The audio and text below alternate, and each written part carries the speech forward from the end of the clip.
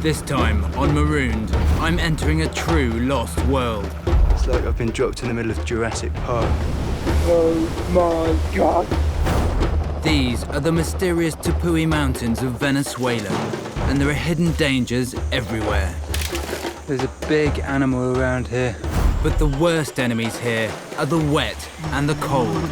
I can't think of an experience where I've been caught out more. I'm Ed Stafford. I've walked the length of the Amazon and survived on a desert island with only a camera to film my adventure. Now, I've set myself a new challenge to prove I can make it in some of the world's toughest environments. Oh my God. Using only what I find around me. Already had a kidney and a bit of liver. I'll be left completely alone for 10 days with nothing. Words cannot describe how I feel right now. No film crew, no food, no water. The sun is directly overhead, it's boiling hot. Not even a knife. Right, come on Ed, get a move on. This time, it's about more than survival. I want to see if I can thrive. Yes! Anywhere.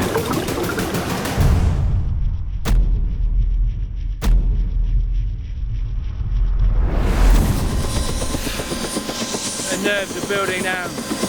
I really want to get on with it. I'm in Venezuela, in a remote upland region of the vast Gran Sabana. My drop zone is the Batari Tupui, a flat-top mountain 2,400 meters high. These mountains are some of the oldest in the world and look like something from a fantasy film. But the dangers here are very real. Poisonous creatures, venomous snakes, and unforgiving weather. From now on, I'm completely alone, with nothing apart from a camera kit.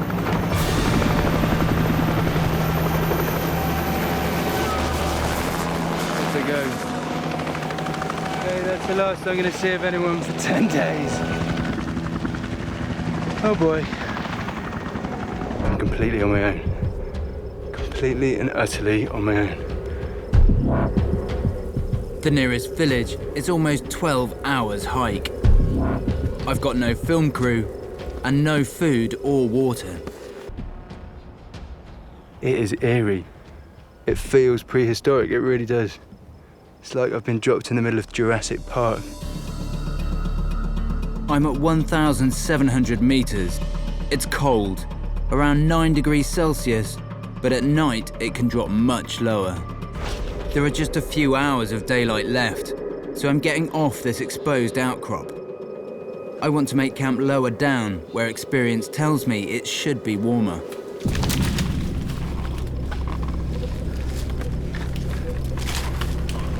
It's just thick bushes. And it's just slimy and wet underneath.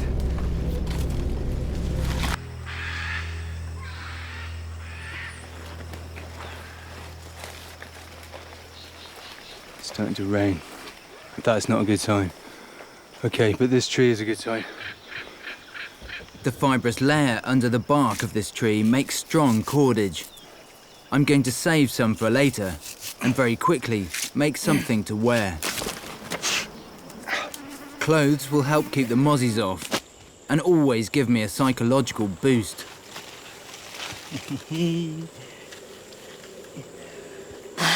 Okay, one grass skirt, done. As I descend, I make another useful discovery. There's bees here. There's a bee's nest, actually. The bees seem extremely dormant, which is perfect, probably too cold. I should be able to get handfuls of honey out of that. I know that many bees in South America are stingless. I hope these aren't the exception.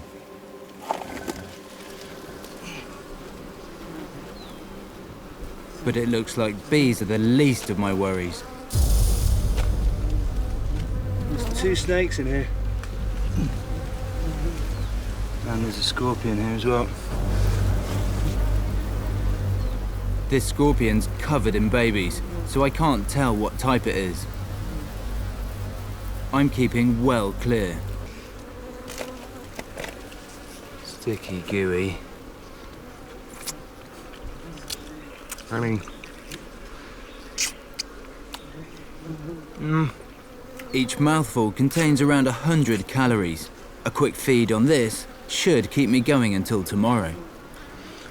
That is incredible. Right, head down the mountain, head down the mountain. Time's against me. I must find a clear area to make camp before nightfall. You hear that? It sounds like water going over rapids. There is in front of me a big river. That is brilliant news. Now that's what I call a water supply. Point on the river. This feels good. This is where I'm going to build my house. I'm in a hurry to get this done, but it's the tail end of the rainy season, so I want to build something serious to keep me dry. That sunshine that was coming through the trees is no longer here.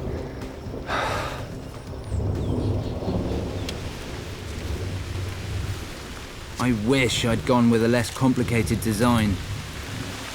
Look out there on the water. It's hammering it down. The temperature's dropping, and I'm in serious trouble.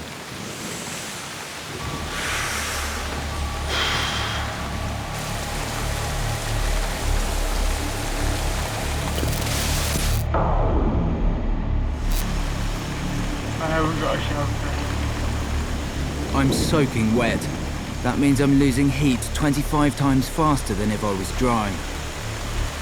It is very cold. Very, very, very cold.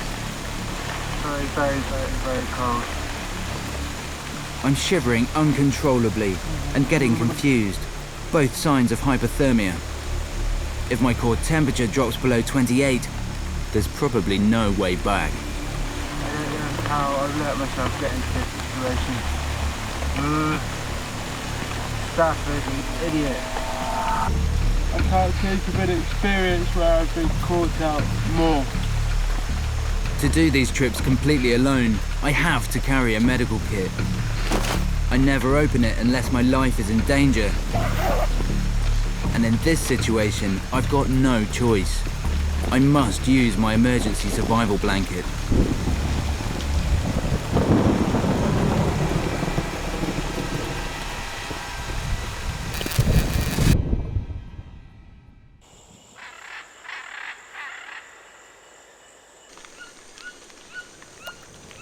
A ridiculous night. That was a horrific experience. Right, let's get cracking.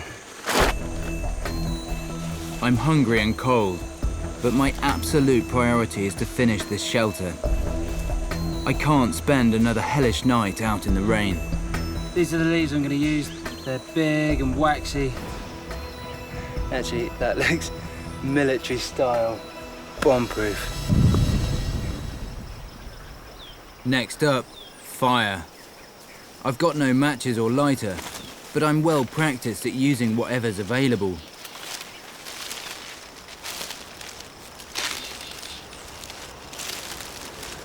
That sounds like a waterfall. Definitely a waterfall, that has to be. Nothing else could make that noise. That is extraordinary. Ow! I just fell right on my... What is that? Here. There's a bit of a washed up body in the river. Megan, actually, that might not be old. I think this large rodent might be an agouti. Is that edible? The meat is fresh. I can eat that. Now I've opened this thing up, it'll go off fast. I need to cook it soon. It's gonna be the ultimate pressure to get a fire lit that there ever was. Right, come on. Dry wood. On my way down yesterday, I saw some open grassland. The wood there should be dry. This is what I'm after. Brilliant. Next, I need cordage to make a bow drill, but there's no time to gather more bark, so I'm using my skirt. I've never been in such a rush to make a fire. I really don't want the meat to go bad. This has got to work.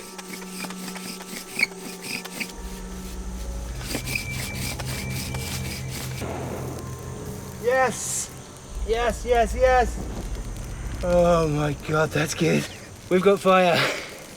We got warmth at night. We've got cooked large rodent.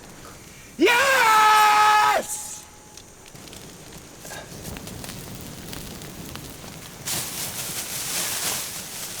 Woo-hoo-hoo, that was close. Be careful. Burn fires when you wear a grass skirt.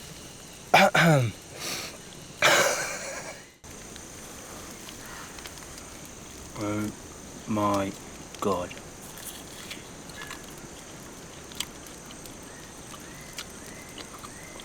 Just like kebab. That's really good. Oh golly, that's good. Lung. Ooh. Tastes a little bit like kidney, actually. Oh, not cooked in the middle. A bit bloody. Kidney. Oh, that needs a bit more as well.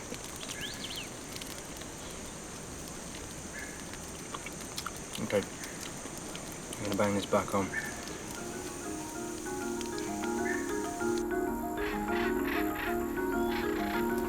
What an amazing day.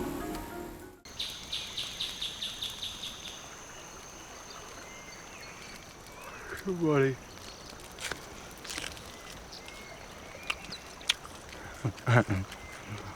Breakfast of champions.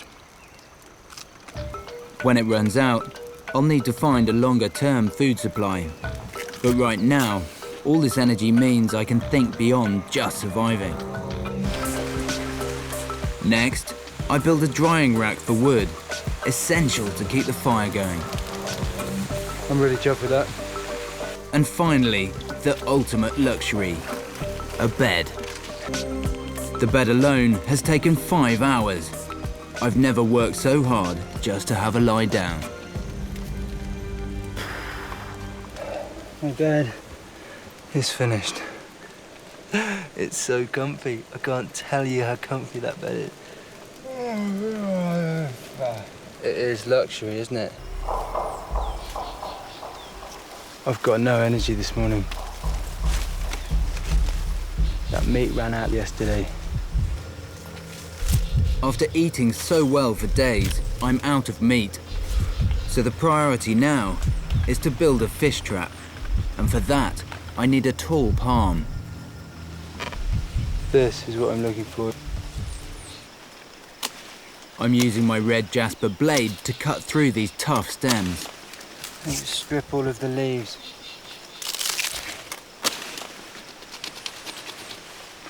Like that. Perfect. Okay, to start off this fish trap, I'm going to make a circle about this big. And now I'm going to attach a load of prison cell bars, I suppose. I'm making the jungle version of a classic bottle trap. I've been at it 7 hours.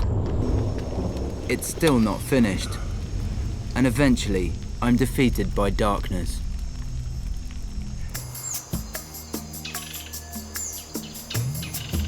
Morning. Just making the finishing touches to the fish trap. This is a fish trap and a half. Nice one. And I'm going to put my fish trap pretty much at the entrance of this little stream. One fish trap set.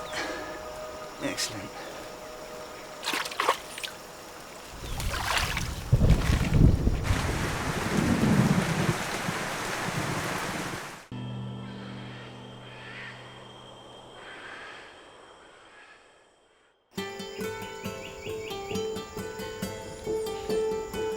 It's sunny this morning. Fingers crossed it's going to stay that way today. I'm just going to go and check the fish trap, see if we've caught anything.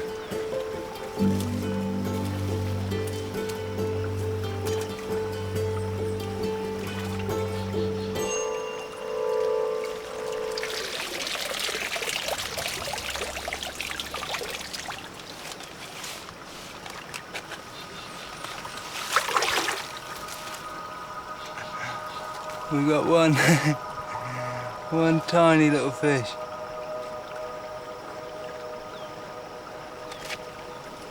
And now I'm seriously looking forward to my fish lunch. Barbecued sprat.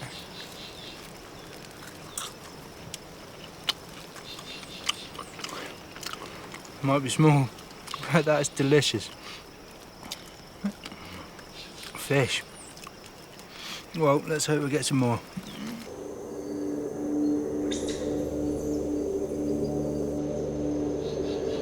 I've been in the Venezuelan jungle for 9 days, and this is my last night here.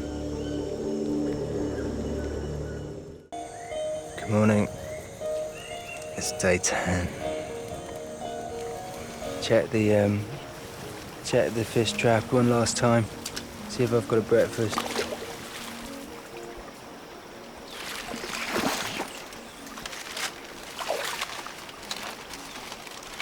Hang on. There's something in it.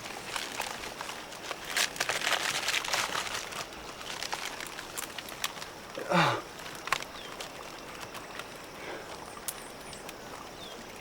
Yes! Got a catfish. Got a catfish. Oh, and there's another one in there as well.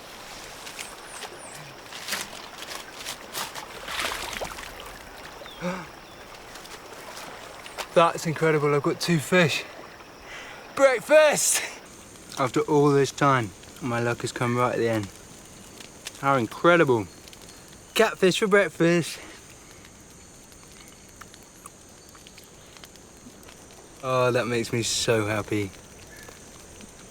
That makes me so happy. All it's taken is a couple of fish, and everything has changed for the better. I feel comfortable here. I feel like this is my home.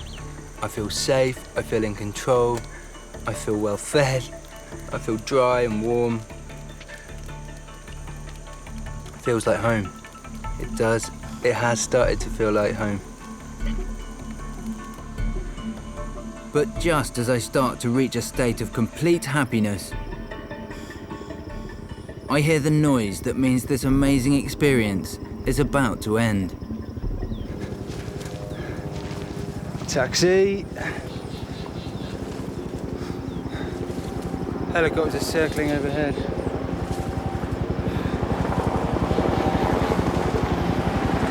Yeah, they've seen me. I'm going home. I am going home.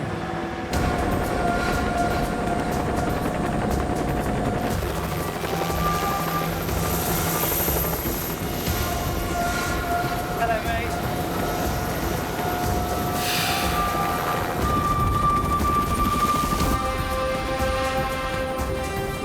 This has been one of the toughest trips I've had. But after a shaky start, I found water, built a strong shelter, made fire, and with time to build more fish traps, I'd have a sustainable, balanced diet.